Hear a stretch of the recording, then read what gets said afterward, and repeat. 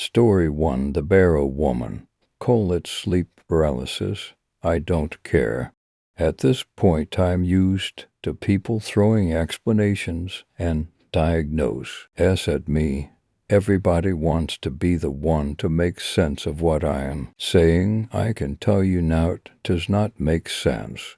It does not make sense, and I could not care less about your analysis of my psyche. The first night was like any other night. I brushed my teeth, changed into my pajamas, and sank into bed like everybody else.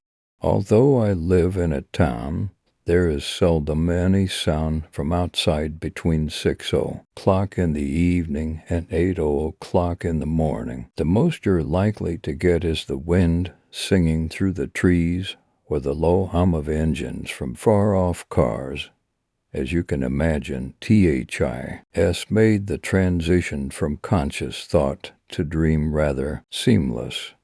Honestly, I don't remember whatever I had dreamed about that night, which is unusual for me. My dreams are usually so vivid, vibrant, calm. Ours are dark grays and blacks, always memorable. Not that night, though. I awoke in a sweat from the heat of my room. Assuming I had left the radiator on, I willed myself out of bed. Nothing. Panic gripped me, causing my muscles to tense. I tried to move again, but to absolutely no avail. The sweat was soaking through my blue pajama shirt by now, and my eyes darted around the room. In desperation, I tried to call out in the hope that my mother would hear me, but I was mute. It was at this moment that my eyes focused directly above me. My guts churned as if to force a wail, and my muscles went into spasm as my natural reaction was to thrash. Descending slowly, almost mirroring my pose, was a figure. The only detail I absorbed before passing out from shock was how pale its visage was, almost glowing as it reflected the moonlight. From my window, I kept the night's events to myself. It had been a dream, a vile dream which had left me with a day of grogginess and headaches. I put it to the back of my mind and went about my day as usual, just as with the night before and every night prior to that. I went about my routine: teeth, pajamas, bed.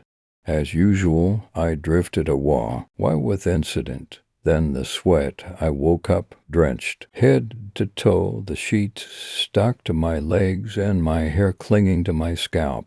The heat of the room made it impossible to take a full breath. I was not concerned with breathing. I knew what was coming, which meant my focus had to be on getting out of that bed. I drew every ounce of energy I had and attempted to hurl my body from the matter. No success. I was a cadaver waiting to be incised, and, drained, eyes on the ceiling, I braced myself against whatever this roommate had in store for me. On time, the glaring mask came into view. ND began its descent. As the gap between us narrowed, the femininity of my visitor became apparent. Her eyes were so sympathetic. Her hair acted as a skull cap. My stomach threatened to expel my dinner. It took about 5 minutes for her to reach her destination. About half a foot from my face, she halted. I could feel my eyes bulging, her face unchanging. She removed a hand from her garment and set about reaching for my face. I must have lost consciousness because suddenly I was awakened by her freezing cold touch. In contrast to the heat of the room and my skin, it felt as though she jammed a blade into my cheek. She ran her fingers from my temple to my chin like a mother comforting a frightened child. My breath caught in my chest and I lost control of my bladder. There were no tea hots. My jaw was clenched and my eyes were fixed on hers. My body was ceasing all basic function out of sheer horror. As my oxygen-starved brain was about to put me to sleep, she withdrew her digi-teas and hid them away in the folds of her clothing. My lungs frantically pumped air in an attempt to restore normal function. I thought she would leave. She remained stationary for a moment before drawing her hand again. I was high from the lack of oxygen, so her actions were all somewhat blurry, but I will forever remember with clarity what happened next. She had a silver comb, tarnished and bada, red presumably from a lifetime of use. It was so intrusive, so much more terrifying than a blade or a hook. She ran the comb through my hair, and I could feel the bile rising, the VI. Elation, my mind was in frenzy, even if I had regained control of my limbs at this moment. I don't think I could have moved. Her image became blurry, and I slipped away. I slept through most of the next day. I was woken by the heaving of my stomach as I vomited over myself. I did not immediately remember my uninvited guest as I grasped at consciousness. The dread I felt when she flooded my mind caused me to slump. What was happening? The room was at a normal temperature, and nothing seemed out of the ordinary. I almost convinced myself that it was a dream. No, it wasn't. Have more faith in your own mind. You were there, and you felt her touch, and you saw her face. Her face, every time I blinked. No blemishes or wrinkles. Nothing of note but those eyes, so sad, caressing white cheek, combing my hair. Why me? Sleep did not come easily to me that night. I had avoided my family for the day. I wouldn't have known what to say. Where is the balance between hello and check my wardrobe for monsters? I tried to stay awake. I drank. I attempted to read. I walked for hours. Around the town, down to the sea. The sea was tempting me. I felt as though sirens were calling me to walk away from all I had seen and join them in the tide. I went home. I stayed awake by lamplight for as long as my eyes would allow before falling into a deep sleep in the armchair. My exhaustion promised to force me to sleep through anything that was to occur before daybreak.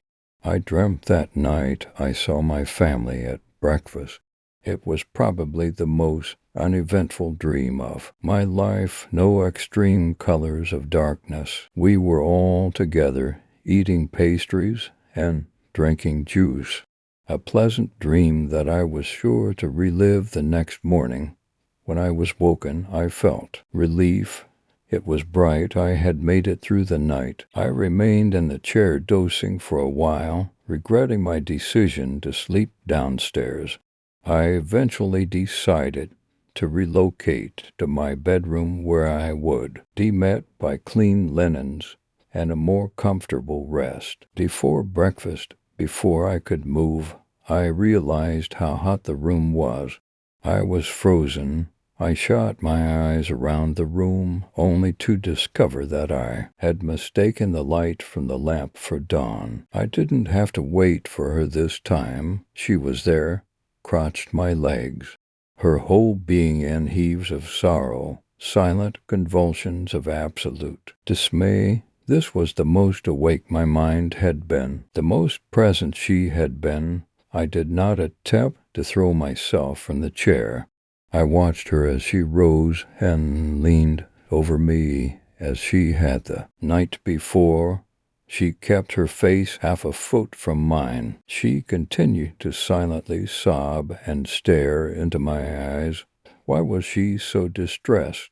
What did she need me to do to make this all go away? I led with sorrow as her display of grief became more and more intense. Her lips began to part, and so did mine. Where cries should have come from her, they came from me. in my voice. She began to keen and wail through me. I was repulsed. I had no control. The moaning grew louder. I was almost screaming. The sound of concerned footsteps could barely be heard over my cries. Suddenly it stopped. My muscles relaxed. My vocal cords loosened, and she was gone. The silence was bliss one moment, half a moment.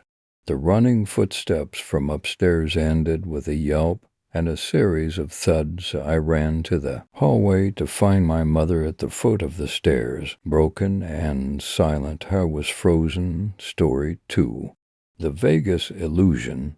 When going to Las Vegas, ride the rides from places like New York, and the stratosphere, gamble, weigh your money in a drunken state on a few hands of poker, or take a complete stranger back to your expensive hotel room. Or perhaps you'd prefer a magic show from CI or Q du Soleil or David Copperfield. I would suggest this option for your first night in Sin City.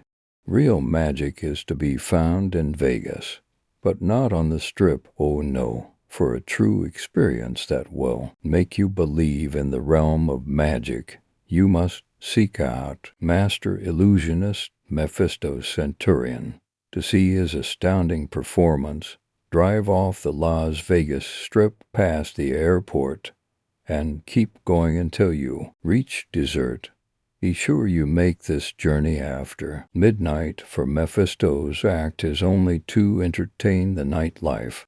Once it seems like you've made a wrong turn, stop your car, get out, and peer across the night desert. You won't see anything at first, but then a hotel shrouded in darkness will catch your eye. Leave your vehicle behind and approach a hotel in the distance. You will notice that no lights are on in this hotel, but don't be fooled. It is plenty occupied. Walk up to the hotel's entrance and knock on the glass doors, which will swing open. The entire lobby will be dark, and no one will be there to greet you, so bring a flashlight. As you enter the building and make your way through a large, empty casino, following the signs hanging from the ceiling that will direct you to the hotel's theater, while there will be no one around. If you get the sense that you're being watched, you're correct, but don't let that feeling hold you back. Continue to follow the signs until you come to two large, golden doors with many faces sculpted on them. These doors will open for you, and, to your surprise, you will find an enormous, bright theater filled with hundreds of people you didn't even know were there. It will be a full house, but one seat will still be available in the front row.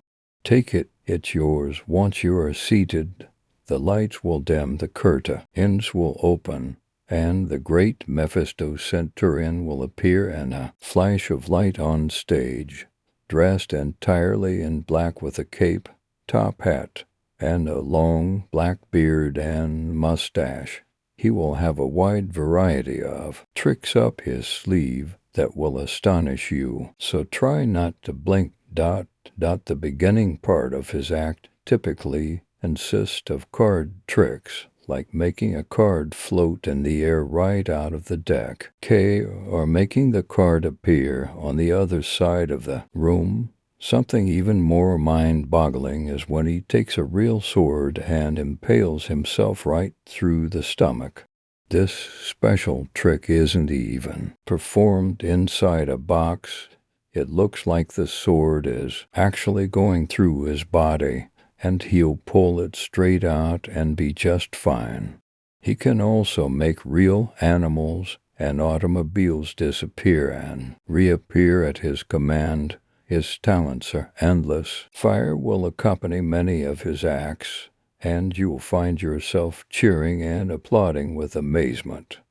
But in the back of your mind you will be thinking that nothing you saw actually happened in real life. Once this thought crosses your mind, Mephisto will ask for a volunteer and point directly at you. He tells the audience that he will make you disappear. How can you resist such an honor? To be part of his legendary act, a spotlight will shine upon you, and the whole audience will join in to give you encouragement. Stand up and get on stage where the real experience will begin. You may have seen disappearing acts before, and you'll probably think that a trapdoor will open, and then Mephisto's assistants will help you back to your seat while everyone claps for you. Instead, you'll feel the most intense rush of your life. Mephisto, at nearly 7 feet tall, will loom over you and inform the crowd that the trick is about to begin. He'll have you tell everyone your name and what you do for a living. Then he'll have you stand atop a platform and wave his hands at you while chanting words of an ancient language. At a certain point during his speech, you'll notice his eyes glowing an eerie purple, and before you can scream, a beam of white light will engulf you. After the light comes the darkness, but it only lasts for a few moments before you're flying through a wormhole at a very fast rate beyond your control. It will be quite a thrill, so don't close your eyes when you reach the end of the wormhole. The next thing you know, you'll be soaring high in the air above the stratosphere, and an invisible force will keep you up there. The feeling of the wind will make you realize that it's not a dream. Don't be afraid to swoop down over the Vegas Strip that glows in the night. Enjoy this flying sensation. Don't even question it, just have fun. How you can be cow. It won't go on for too long. Before you know it, you'll be teleported inside a lion's habitat at the Mirage. A lion will wake up and approach you, and you'll run for your life, frantically searching for an exit. But there will be none. The ferocious beast will eventually have you cornered and ease in for the kill. In fear, you'll curl into a ball, shut your eyes, and prepare for the end. When you open your eyes again, you'll be in a dark room with a wide opening at the top. You'll realize all too quickly that you're standing inside the Mirage's volcano, and the show is about to start. You may scream loudly in hopes that someone will rescue you, but it will be too late. A ball of fire will come for you, and there will be no way to escape it. Just seconds from your impending doom, there will be another flash, and you'll be back at your seat, sweating and trembling as you suddenly hear clapping from everyone in the theater. Mephisto knows why. Our journey was intense, but he was there with you the entire time to guide you along your way. He welcomes you back and thanks you. Then he bids the crowd farewell and vanishes. Converse with the crow. If you wished, then make your way back through the dark lobby. As soon as you exit the hotel, there will be another flash, and then it will be morning, and you'll be in your own hotel room with no memory of how you got there. That's when the realization comes that the magic trick isn't over, and it never will be. Don't bother looking for this place in the daytime. You won't find it. If you look up Mephisto Centurion online, all that exists will be a single article titled, "Vegas Hotel Burns. Illusionist Goes Missing." This article was written in 1960, only a few days before the famous El Rancho Hotel burned down, which was a far bigger story. The hotel was called the Vegas Illusion, and Mephisto's act was the main attraction. Little did the audience he attended know their entertainer was completely out of his mind. He committed arson that night burning the whole place down with the intent of taking himself with it. Many guests fled, but some did not make it out alive, and their remains were never found. Mephisto, real name Albert Torrens, worshiped an ancient god who promised him great power if he sacrificed his body, and he would do it in the most dramatic way possible with one show. Now he has abilities you can't possibly comprehend, and he'll be entertaining you for all eternity. You can ask for help from the P.O. play around you, but they won't hear you because, well, you're dead. You died the second you got out of your car and stepped into a dark abyss that consumed you. There was never a hotel. There was never an audience. There was only him and his beloved act. How do I know all of this? I am the creator of the magic realm. I am amongst you, and I invite you to the show of a lifetime. I promise that my dear apprentice will make it all worthwhile. Story 3. Susan. Have you ever heard of imaginary friends? You know, those invisible creatures that children would create to provide an artificial friendship for themselves. It's funny to think of how real they seem to a child when everyone knows it's just a figment of their imagination. It's almost as if they were real, except after a while this friend dies down and you never hear about them again, usually because the child lost interest or had just grown up. But even something so childish and friendly can have a dark side. You just never see it. When I was in the 4th grade, I never had a lot of friends. Actually, I had no friends at all. Everyone just didn't like me. I tried making friends, but they would just turn me down for whatever reason. Every day I would eat my lunches alone and spend my recesses sitting by a tree, watching how much fun everyone was having. I specifically remember how bad I wanted that, to the point where it was unbearable. After many failed attempts of acquiring a friendship, I realized that it would just be easier to make one. The plan was foolproof because this Friday, and couldn't say no. I was a very creative child back then, so it wasn't hard for me to create an imaginary friend. Her name was Susan. She seemed to be around my age and had straight blonde hair and freckles that pasted her cheekbones and nose. She was so friendly, well, to me anyways, because no one else knew her. I spent every second of the day with her. She sat with me at lunch, and we would come up with stupid jokes about school and talk about how fat my teacher was, and during recess we would play tag. I guess no one noticed me talking to myself or running around the field alone. She even came home with me. Susan and I were best friends throughout the rest of elementary school. By the time I hit middle school, I took note of reality and noticed how childlike an imaginary Friday and was. Eventually, I stopped talking to Susan and went on with my day normally, but Susan wouldn't leave. Every now and then I would see her in the back of the room or walking behind me down the hallway. Every time I glanced at her, she smiled, as if she was excited to be around me. Another thing I noticed was that she aged with me.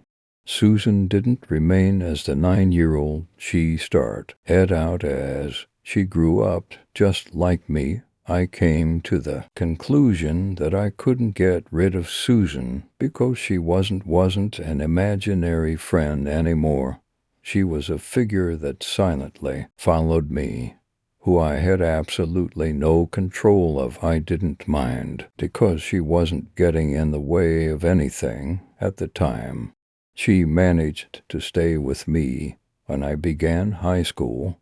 by that time, I made a few of really great friends who Susan had an immense hatred for.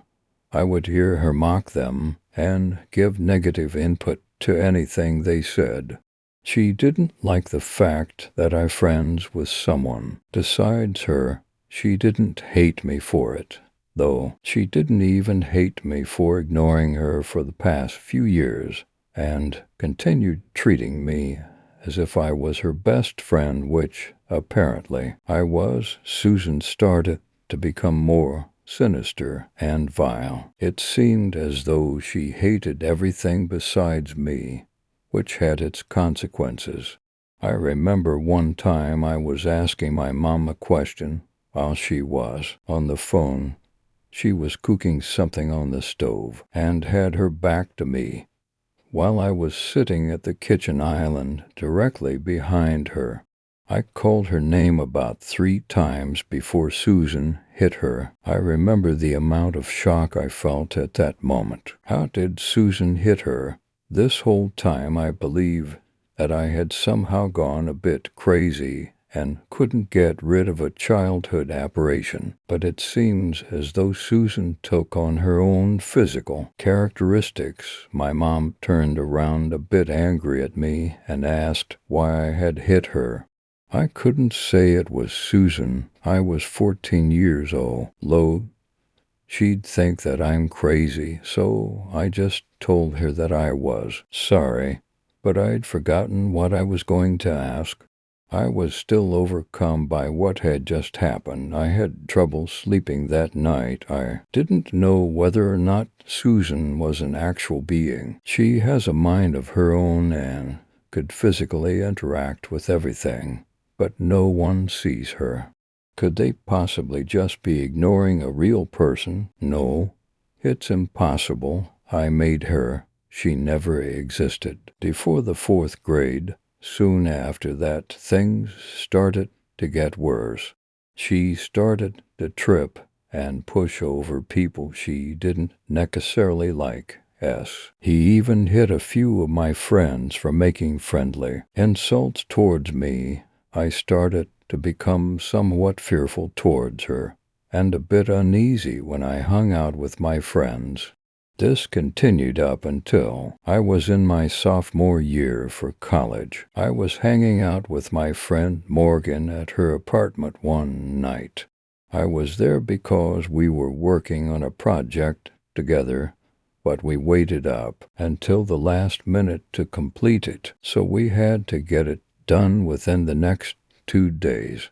It was a fun night, and Susan was nowhere to be seen, so I wasn't as uneasy as I usually would be, considering that Morgan was my absolute best friend, whom I trusted the most. I decided to tell her about Susan.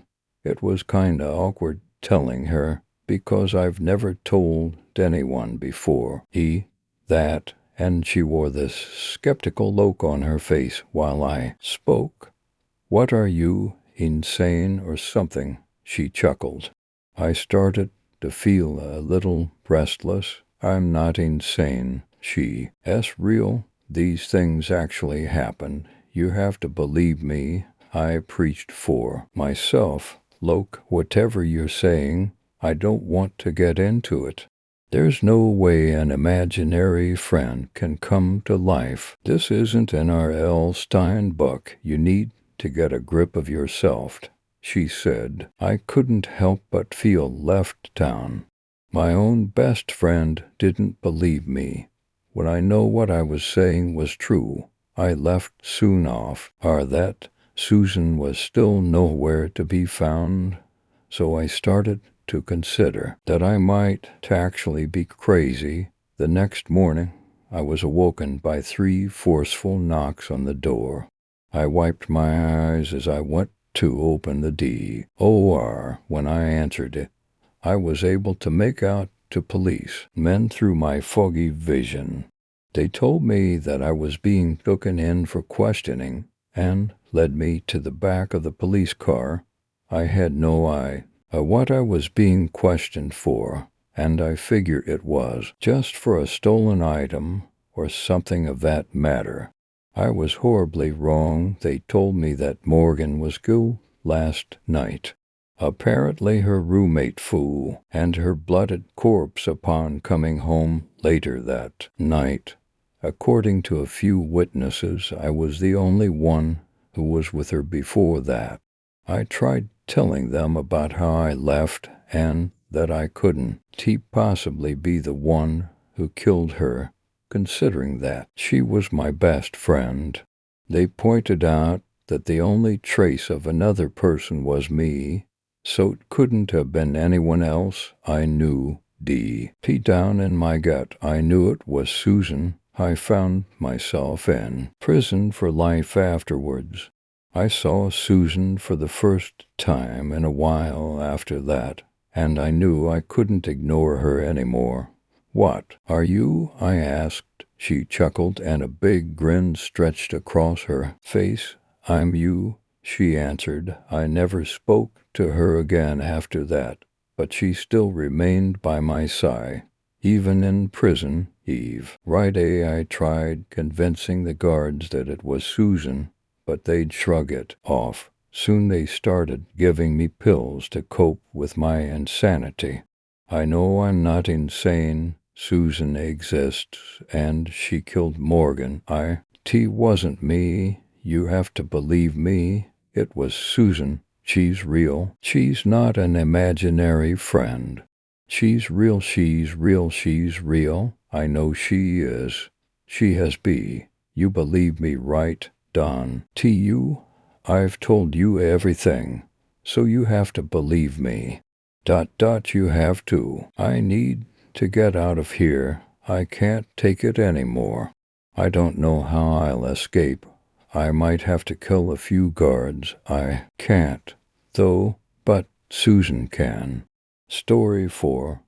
Busking. Ruby was in her usual spot, sitting cross-legged, right under the stern no busking sign that was screwed into the old brickwork. Busking being the BR, Irish term for street performance, juggling, fire-breathing, magic, tricks, whatever. Ruby was a musician, though, a pretty good one, so she'd been told. The simple classic, acoustic guitar sweet folksy singing combo. She wasn't out to change the world. She wasn't out to become famous or make tons of money. She just enjoyed it, and she thought that was as good a reason as any. It was a pretty simple gig. Just sit down, preferably in a place with a lot of passing foot traffic and good acoustics, then play through a few songs over and over for an hour or two. This tunnel near the Rive was perfect, and by now it felt like home to her, way more than any actual home she'd had. She was convinced that a fair few passers-by believed this was actually her home, and that she was homeless. Not that this stereotype bothered her, but she could usually tell what people were thinking as they passed. Some would hurry to find a few coins in their purse, wallet, or pockets, in a charitable and rather patronizing way. To Ruby this displayed ignorance more than anything, but of course she accepted the coins all the same. She felt kind of sorry for them. Some people, however, would practically scorn and tut as they walked past, as if to say, "Get a proper job." This displayed a totally different kind of ignorance, but one for which she was not sympathetic. Sometimes people would deliberately avoid eye contact or busy themselves on their phones, as if Ruby would be angry or heartbroken by their choice not to throw a few coins in the hat. She always found this one the weirdest. She was doing a job as far as she was concerned. She wasn't begging, but at the same time she hadn't been asked to perform, so why would she be offended if you did? And pay her. People were passing left and right as usual. It was a Thursday evening in springtime. not quite warm enough for the crazy summer crowds, but enough to make the session financially worthwhile. Oh, out of the corner of her eye she became aware of a shape, a figure, not moving with the crowd one way or the other. She looked up and saw a middle-aged woman and a young girl watching her. This happened now and again. It was usually quite nice to have someone actually pay attention to more than a few lines of her songs. It felt more like a genuine performance. Often it happened with children and parents, which was always very cute. Usually the little audience would shuffle off at the end of the song, and the kid would put in a generous tip. Not this time. Ruby finished tea. He sung and they stayed standing, watching. This was a less frequent occurrence, but it did still happen from time to time. People decided they wanted their money's worth, whatever that was. Oh, or they genuinely were enthralled with the music. Sometimes it could be annoying actually, as it made her feel a bit too self-conscious and then liable to make mistakes.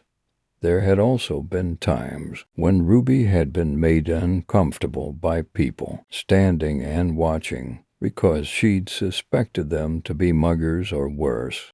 In this instance, she usually just feigned a little break from the performance, and the characters in question would applaud, maybe pay up, and finally move along. It felt kind of different this time, though. The mother and daughter were stood there, waiting and watching B, at not applauding or really reacting at all. Weirdest of all, they were still smiling. Ruby shook it off and started the next song, feeling as though she had to put more into the performance. She really went for it on the vocals, closing her eyes and delivering more than the usual amount of emotion needed. When she opened her eyes, there were more people stood watching. 3 more separate people had stopped in the foot tunnel to watch her. It startled her slightly, but again this was a phenomenon she'd experienced before. Sometimes when one person stops to Washington, it encourages others, and the situation kind of snowballs. There were still people walking past and not stopping, but it felt like there were less passers-by now. Ruby continued to play another song, and again no applause or tip from the bystanders. She definitely hadn't played to an audience like this before. By now there were about 7 or 8 people stood around watching Anne. It was starting to freak her out. By the time the assembled crowd had reached the region of about 15 people, she decided enough was enough and she should finish for the night. She ended the song. G, a little hastier than usual, mumbled a thank you, good night, and began to pack up. Leaning down to pick up the soft guitar bag, she suddenly heard footsteps rapidly shuffle towards her. She immediately looked up to see the middle-aged woman and daughter looming over her. Too close for comfort, please, said the lady through an almost pained smile. Keep playing for us. My daughter loves this music. Please, won't you play some more? Ruby didn't know what to say. She felt sorry for the woman somehow. There was a look of desperation on her face. I'm sorry, I have to be going, really? Ruby fumbled. The young girl looked disappointed, like someone let down yet again by a loved one who had done it many times before. A man appeared beside Ruby with the same sad but smiling expression. Please, we love the music. We always listen. This last sentence confused and scared Ruby. She performed in this tunnel practically every week, but she'd never seen these people before. Did they pass by every day and just coincidentally decide to stop and listen to a full set of songs on the same night? Had they prearranged get together as her audience? She did yet like the thought of either of these possibilities. She felt almost like her privacy had been invaded.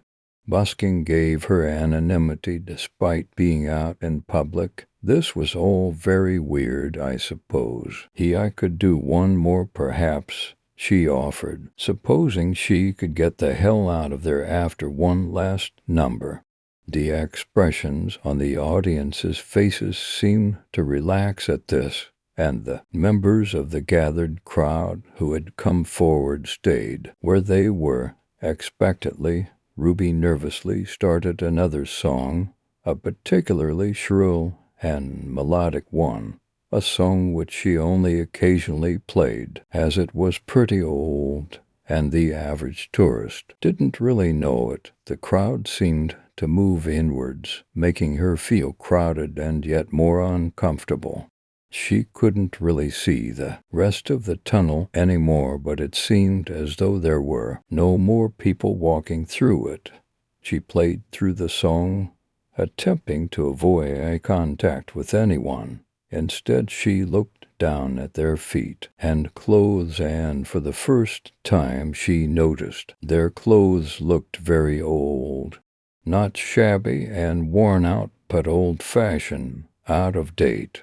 Not that she was a fashion historian, but she guessed them at around 50 or 60 years old, like something her grandmother would have been wearing in old black and white photos of her childhood.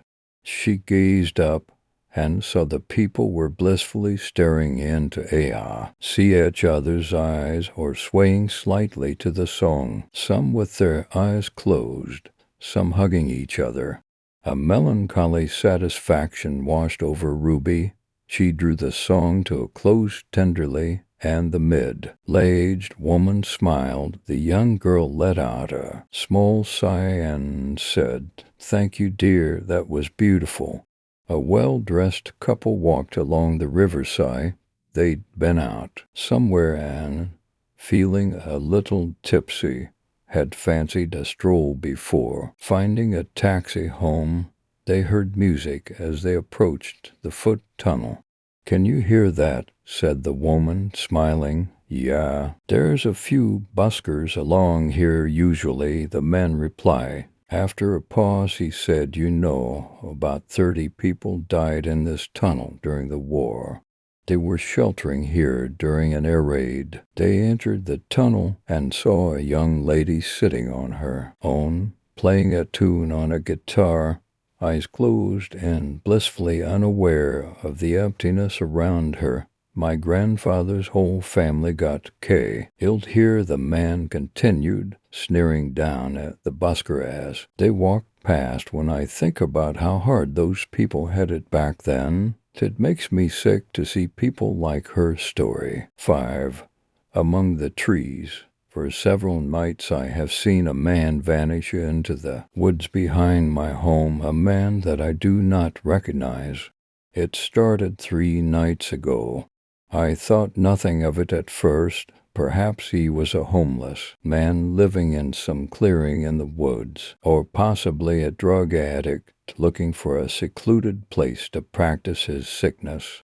Either way, I did not read into it very much, but eventually my curiosity got the best of me, and I began to wonder what it was that he did beneath those dark branches.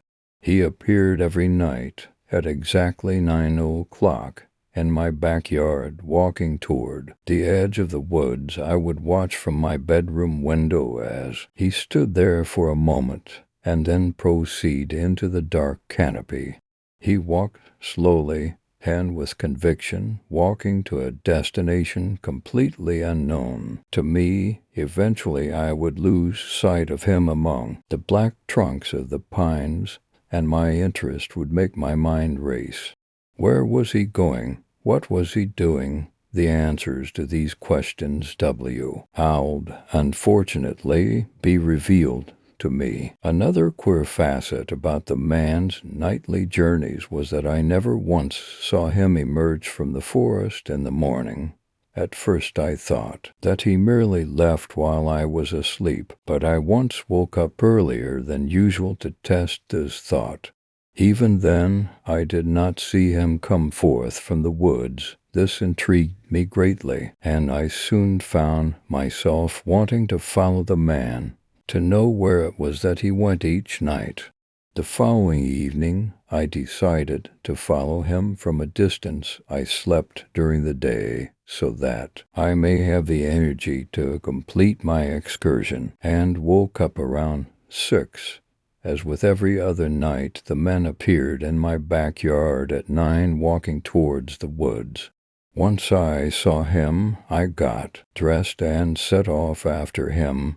By the time I had made it outside, he was a good ways into the forest, but I could still see his black silhouette moving among the trunks. I followed him for some 10 minutes before he stopped suddenly. He did not move, but instead just stood there. I ducked below a bush to avoid him seeing me and knelt there perfectly still. The man stayed like this for a minute or so, and then resumed his walk at his continuance. I broke my cover and began my stalking once again. It was not long before the man stopped once again, quite abruptly this time. As with the last occurrence, he merely stood in place, not bothering to look around, but rather listened to his surroundings. Without sufficient cover around me, I decided this time to lay down on the full rest bed, hoping that the darkness would blend me with the soil. I lay there for a little while, wondering when the strange man would resume his journey.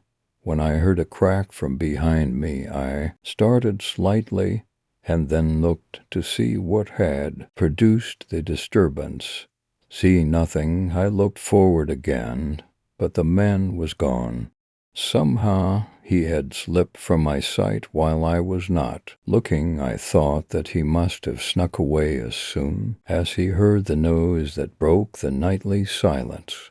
I rose from my earthly hiding place, looking for him between the trees. He was not to be seen anywhere, with nothing to go on and without sufficient lighting to study the ground for prints. I decided that it was best to go home for the night. I immediately went back the way I came, wondering the whole time how the man had gotten away from me so quickly and without making a sound. Upon reaching my home, I decided that I would try to follow him again the following night. I slept most of the next day. Not waking until about 3 o'clock, I waited with anxiety until nightfall for the strange man to appear. 9 o'clock came around, and the strangest thing happened. The man did not show up. Night after night, the man would appear in my backyard at exactly the same time, but not this night. This baffled and bothered me, perhaps more than it should have, and I spent most of that night trying to figure out what it meant. The only explanation that I could come up with was that he had decided to stay away for some time, having caught me following him the night before. I wondered if I would ever see him again, or, more importantly, know what it was that he did on his nightly wanderings. 3 nights passed without an appearance from the night walker, as I had by then nicknamed him. I was sitting in my study, which faces the woods, with the window shades open and the lights dimmed. At 9 o'clock, I instinctively looked out the window. There at the edge of the woods was the man. My heart jumped, and I put on my jacket with haste. Once again, the man began his trek through the trees, and I followed him, keeping more distance between him and myself this time than the last. It seemed like hours the amount of time I spent following him. The fog was heavy that night, which I think helped me follow him without fear of being noticed. He walked deeper into those woods than I had ever dared or thought to explore. I began to worry if I would be able to find my way out of the forest, or if I would have to spend the night beneath those menacing branches. After some time, the man came to a small clearing. He stopped there at the tree line for a while before emerging into the thick fog that clung to the grass in that open area. I moved towards the clearing, hiding behind a tree that was just on the edge. Looking forward, I could see the man clearly. Due to the light of the full moon, he was walking toward a particularly large tree on the other side of the clearing. It was very old by my judgment, with gnarled branches that groped at the night sky, with not a single leaf to be seen on them. The most abhorrent feature, though, was the wide hollow in the middle of its fat trunk. The man stood before this hollow, staring into its dark abyss, not moving a muscle. I could faintly hear him uttering something, but I could not make out what it was that he was saying. When I heard him speak no more, the man began to remove his clothing, revealing a most horrid sight. The man was completely covered in pus-filled boils. They dotted every single part of his exposed body, giving him the appearance of a rotting plague victim of old. The sight of this revolted me, as I had never before seen in such a disgusting example of human disease. Once the man was completely naked. He moved towards the tree and climbed into the hollow that he had for so long viewed with intent. Once inside, he turned around and sat there, completely enveloped by the gnarled wood of that most ancient tree. It was at this point that the most horrifyingly grotesque thing that I could never have even imagined happened. The tree began to shake, its branches twisting and turning in the night air, yet without a breeze to cause their action. The trembling continued down to the trunk, which began to swell and contract in a horribly unnatural fashion. It was then that the man inside began to scream as the tree began to, as it seemed, eat him. Pus and blood flowed forth from the hollow as the man inside was crushed and churned within. The screaming turned to gurgling as it combined with the groaning of wood and the squelching of flesh, along with the occasional cracking of bone. I ran at this, terrified out of my mind. The entire time that I was fleeing, I could hear the horrid sounds of death behind me, and the forest seemed alive with terror, tripping and falling. I ran back to my home. That terrifying night has haunted me ever since. I no longer feel safe in my home, as I feel it is close to the forest that is the cause of my nightmares. But the most frightening thing about the entire ordeal is that the man that I saw consumed by that evil tree, the man that for all reasons should not be alive, still appears at the edge of the woods at exactly 9 o'clock each night. Story 6. Larry, there is a school somewhere in the Midwest. It's a boarding school that used to be widely known for taking in the troubled youth and attempting to restore them to a normal functioning level and re-release upon the masses. Because of the precarious nature of a majority of the students, this school is located among 40,000 acres of desert wasteland. The main campus, located in the midst of it all, has only 2 outlets. The first, a gated bridge that provides a safe crossing over an ever-flooded wash. White water always rushing through, threatening to drown any who dare attempt to swim across. The second, a hidden trail that is only known to the staff and only traversable by a 4-wheel drive vehicle. This school employs a retired surgeon as the nurse. He has a house, wife, and a single child like the other students. This child is deeply disturbed.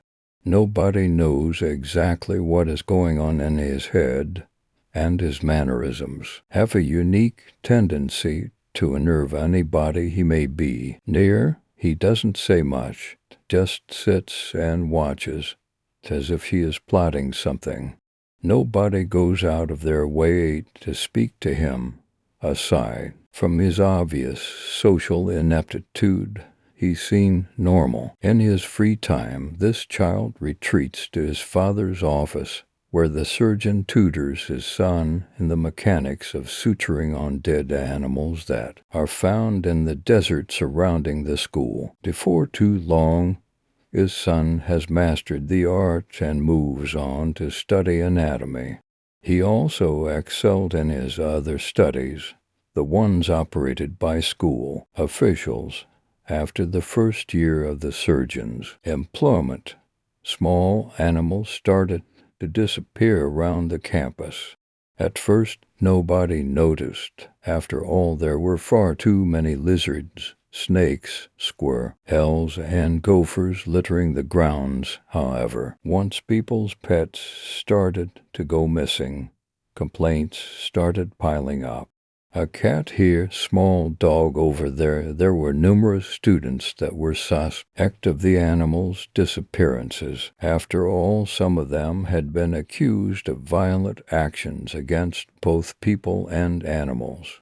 These occurrences stopped after about a month, and every one soon moved on. The culprit was assumed to have been a coyote or mountain lion. This was proven wrong, however. When the bodies started to show up, they'd be in their yards or propped upright by the front door of their once owners, the bodies, but not the heads. Yes, there was a full corpse, but the heads were all mismatched. The head of the cat was found on the small dog's body and a squirrel head on the cat's body. There was no apparent sign that the pets had been decapitated.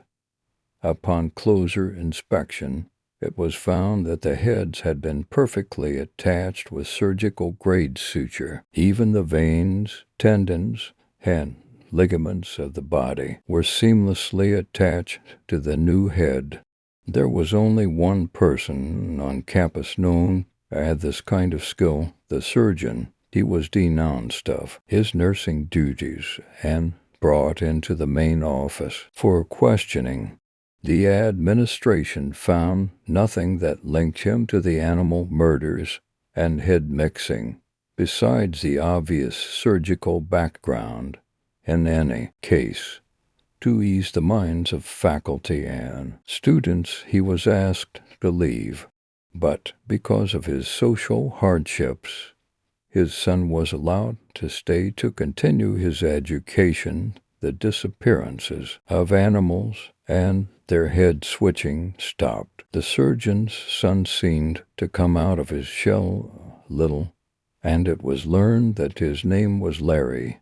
However, there was always something just little off about him. People attributed it to his father being announced as a psychopath and mutilator of animal bodies. As senior year rolled around, the annual camping trip for the seniors came quickly. It was greatly anticipated, as this was the only time the students were not under close supervision.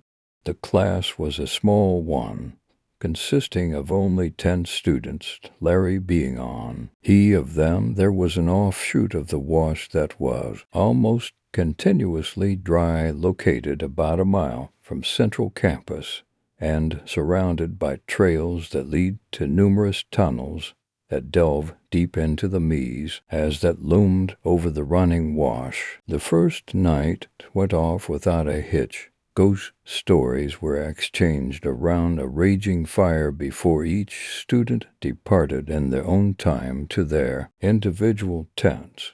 Larry was the only one to stay by the fire the entire night.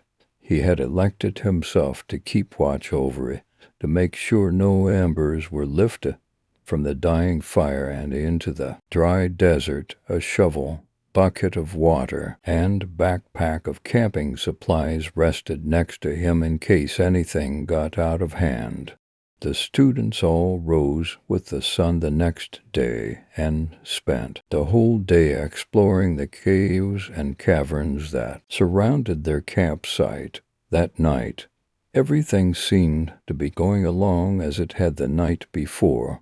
One of the girls, Jessica, decided she wanted to take a moonlit hike instead of sit through another night of lame ghost stories.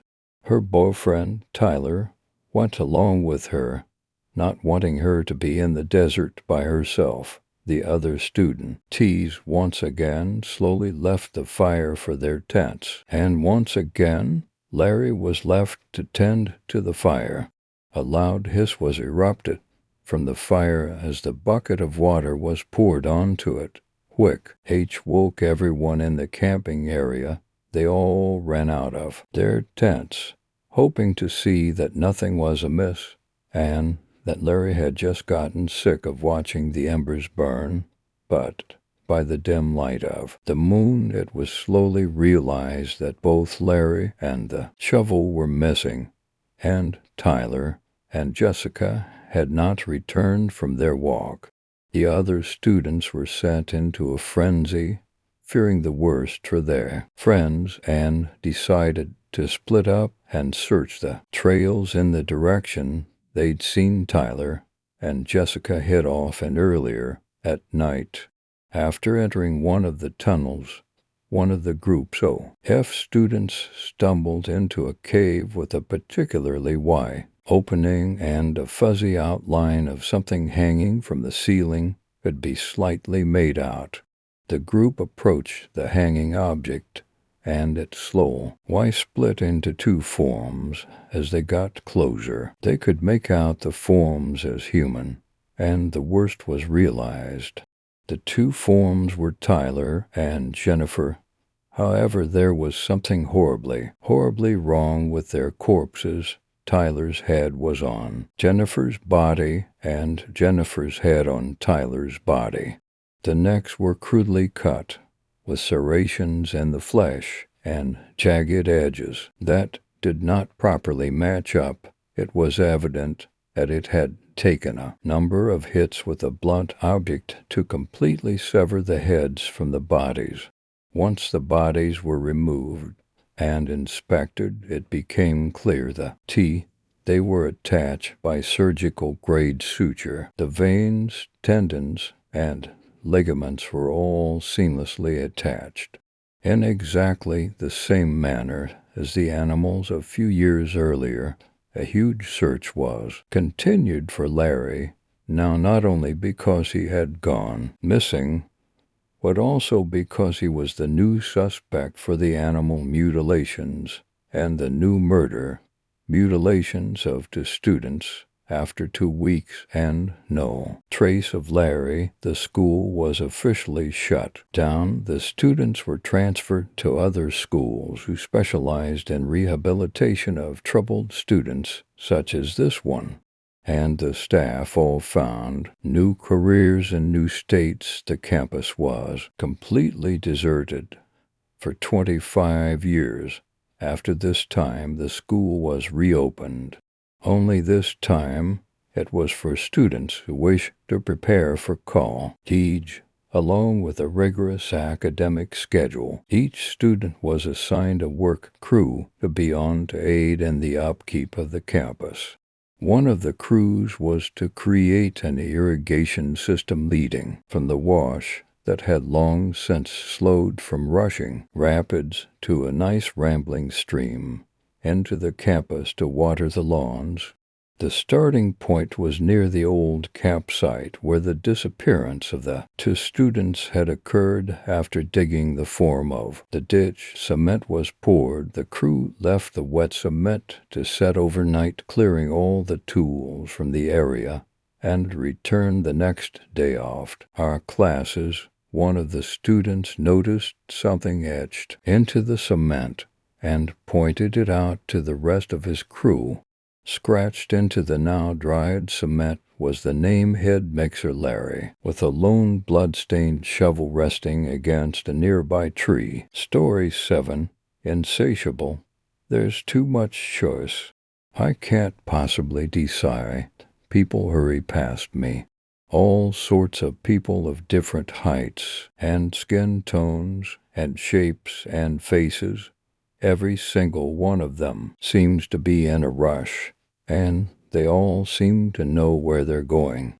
I am a statue in the center of chaos, planted to a bench in the middle of the shopping center, as unmovable as a boulder in the wind. I haven't been to a place like this in a very long time.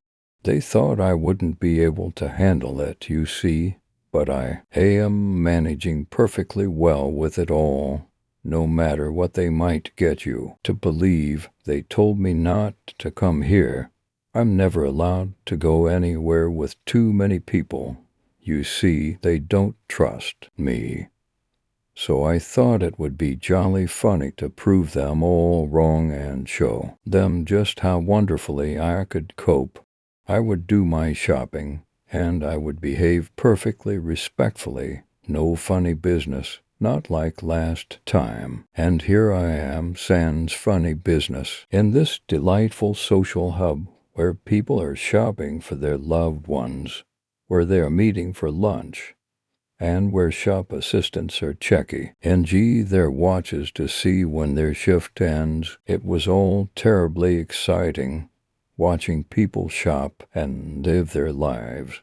I had wandered round the stores, noting all the glitzy, expensive items in a dignified, unobtrusive way, and it was only until I saw a large, sweaty man clutching a pretzel walk past me, and the smell wafted its way to my nostrils, that I found myself considering my lunch. I had promised to resist, but what could it hurt?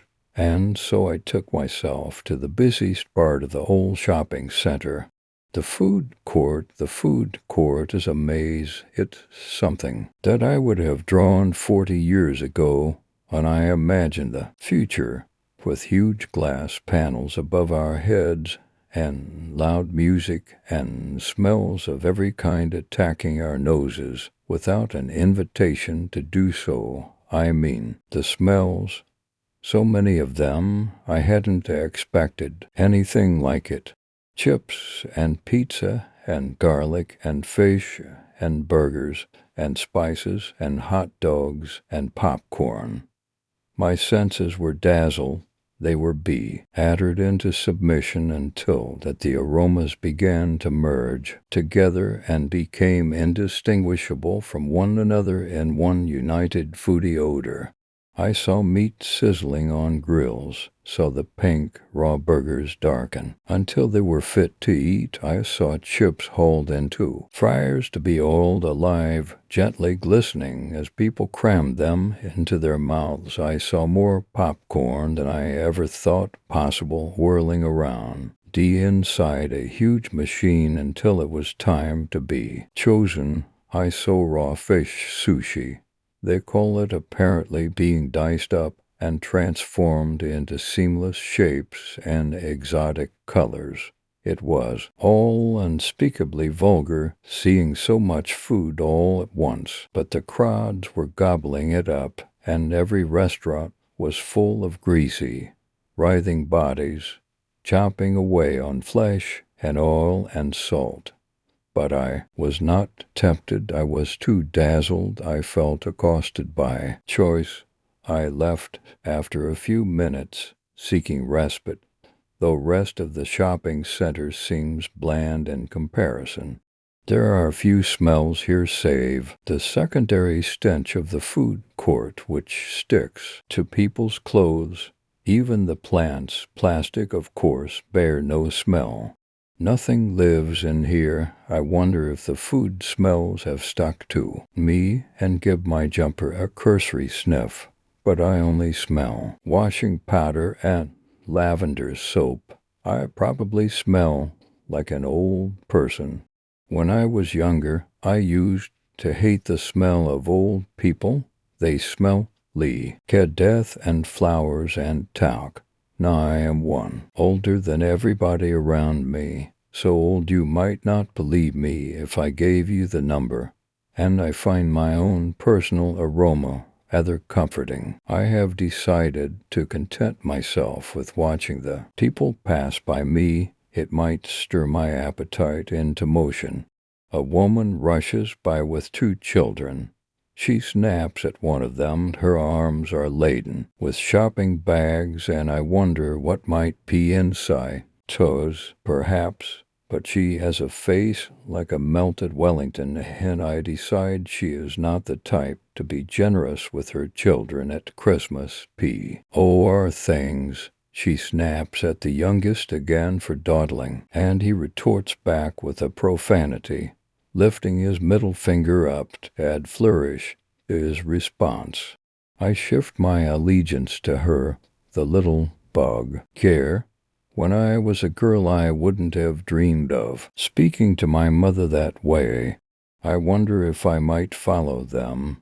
But for now I am content to just watch quietly. It would be too obvious, and there are not enough people here. I see people carrying paper cups of coffee and tea and hot chocolate, and others sitting on benches similar to mine eating their lunch. A boy takes an enormous bite of a Big Mac and coughs, choking on it. My stomach growls tentatively. His father distractedly offers him a liter of Diet Coke to wash it down with, and at the sight of him slurping all in the brown liquid, I feel the growling inside me turn to revulsion. I am steeling myself to go back there and face the food court again, but it seems ever so difficult. This is where I am sure to find the best pick for my lunch, but my body feels like it's been attacked by odors and sounds. My hands feel sticky from where I had the misfortune to put them on a railing, and my feet are worn and battered from wandering round and round the restaurants on a lurid, nightmarish carousel. Spurred on by the incessant growl of my stomach, growing stronger now, I decide to make my way back and it head on. I merged through deflated crowds, navigating myself through the families and the couples and the single people, and eventually I am back. I am back among the smells and the sights and the sounds, the shimmering cafes and the glitzy restaurants. I look around me, breathing in the appetizing aromas that waft past, wondering how I will make my choice. I have not been out in such a long time. It is so difficult. How do I know what's best? Do I make my choice based on appearance or scent? What if, after all this deliberation, I choose badly? I feel the familiar sense of panic swell inside me and wonder if they were right after all. Perhaps I can't be trusted on my own. Perhaps I have grown too old to be discreet. Perhaps I should just go now before anything goes wrong. But the sight of a plump, middle-aged man sitting in the window of a popular Italian chain makes me stop. He is devouring his food. Gooey cheese oozes over his pizza. Pasta is slurped up into his eager mouth. I feel a stirring. I have made my choice. I go over to the restaurant, where the hostess greets me with a wealth of menus. Normal, gluten-free, vegan, and sure of my response, I'll just start with a tap. Water, I say, asking to be seated near the window. I seat myself next to the lone diner.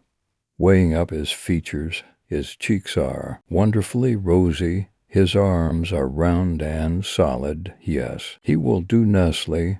Are you sure you don't want a menu, madam? The waitress asks as she brings me my water. Not just yet. I say, wondering how long I can stall her to her. I am just an innocent old lady. She is sure to indulge me a while longer. I have made my choice, and he will do nicely. They said I couldn't do it discreetly, but I remember what to do. It's been so long since I've had a proper meal. Saliva dances on my tongue. I just need to work out how I can get him alone. Excuse me, I say. He looks up. Would you be able to walk me back to my group when you've finished your meal? If it wouldn't be too much trouble, I'm out on a day trip with my care center, and I've managed to lose everyone. He smiles gently. I'm just a harmless old biddy. His face is kind, trusting, full of blood. Yes, I will certainly not go hungry tonight.